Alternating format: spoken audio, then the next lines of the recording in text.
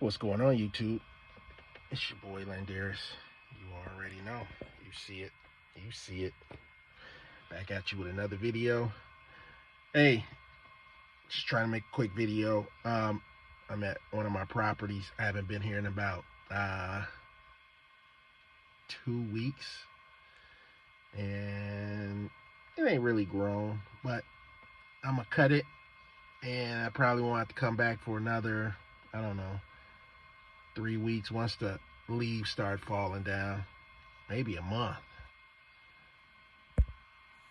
Maybe a month from now, once the leaves start falling and stuff like that. But this is one of my properties that I drive out to. Easy, quick, but at the same time, I'm gonna let this property go. Very profitable property if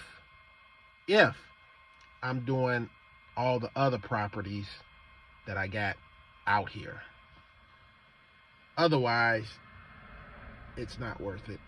You know, I got a property down the street, which is the doctor that I have, that I do his property, and I make good money on it. But you get to a certain point where you just don't want to. Next year, like I said, I'm trying to stay true to myself. I'm trying to stick to my guns.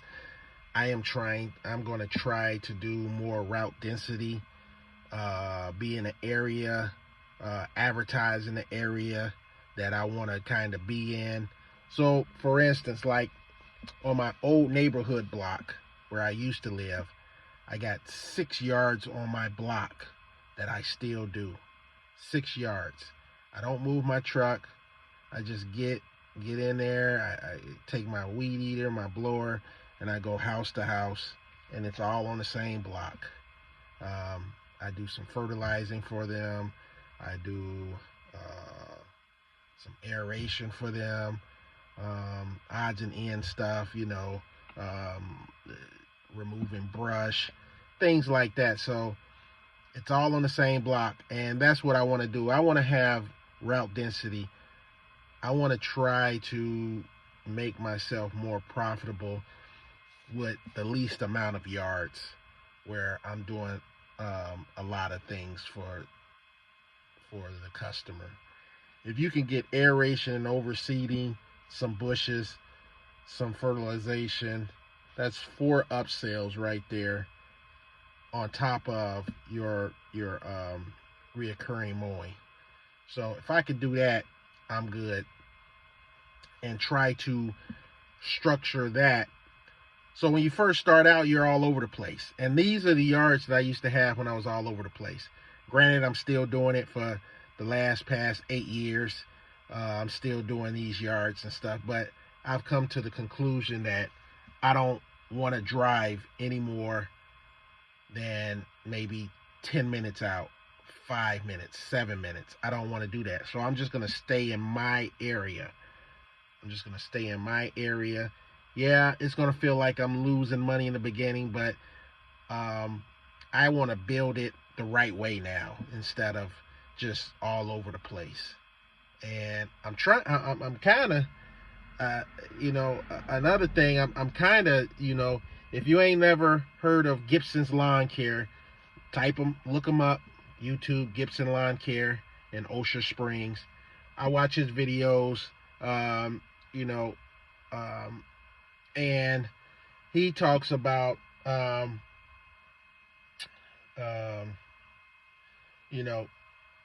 charging for your estimates. Now, I haven't charged for my estimates, but man, I think I'm just going to start, throwing that out there for customers that are just tire kickers. Because, I'll give you an example. Yesterday, I did an aeration, and I didn't do an aeration, but I did an estimate on aerating.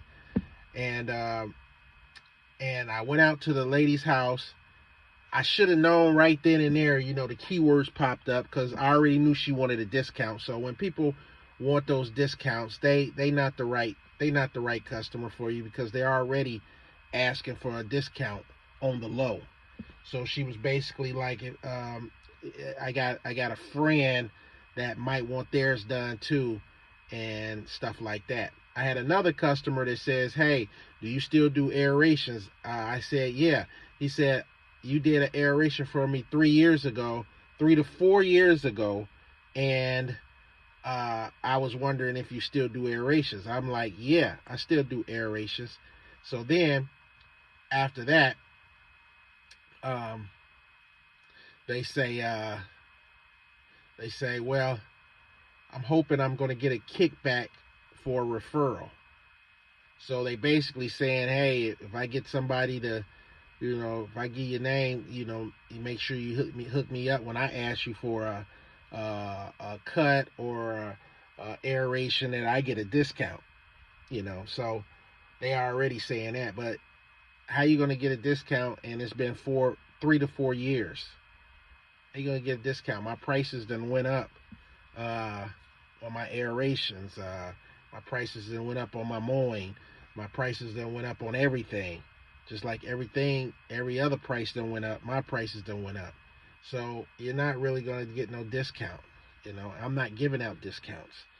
Uh, it is what it is. This is business.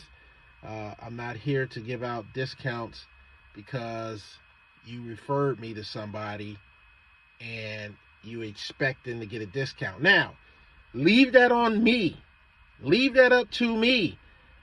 I will give a discount, on my own terms. Even if you don't say nothing, then I'm not going to think that.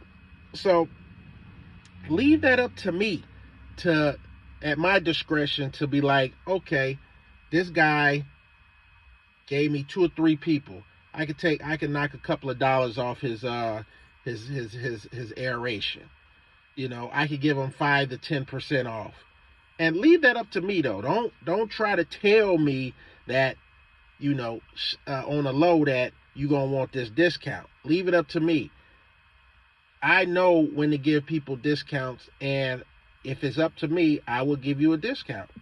Like, I have the common sense, I have the knowledge, I have the wisdom, whatever you want to say, to know that if somebody's bringing me business, it's only right sometimes to, shave off a little bit on their bill, especially if they bring me 2 or 3 people. Hey, I was referred by Chuck. I was referred by Bill. I was referred by blah, blah, blah. All these people have said I was referred by this one customer. Of course, when you ask me for something or ask me to do something, I probably give you a discount on something. But don't just expect it, or don't just try to tell me up front. So I think I'm gonna start, and I try to do this now, which I'm gonna implement later on in my business heavy. I'm giving minimum prices. Like, so I told the lady, hey, it's going to be 150 and your friend is going to be like 320. So when I said 150, she was like, "Oh my God, my yard is not that big, I'm like, okay. Uh, all right. I mean, it is what it is. It's a minimum for me to come out there with my truck, my aerator. It's going to cost you more or around that same price to go get it yourself. And you're not going to get the best of the best aerator that's going to plug the holes. You're going to get a walk behind, most likely, because you're going to be too cheap not to even pay for the stand-on aerator. So you're going to be looking for the cheapest aerator to rent. It's just simple as that. So all I'm saying is, next year I'm going to be giving, every time I talk to somebody, I'm going to say, hey, my minimum price for lawn care is $65, $70. That's my minimum. My minimum aeration is $150. That's my minimum.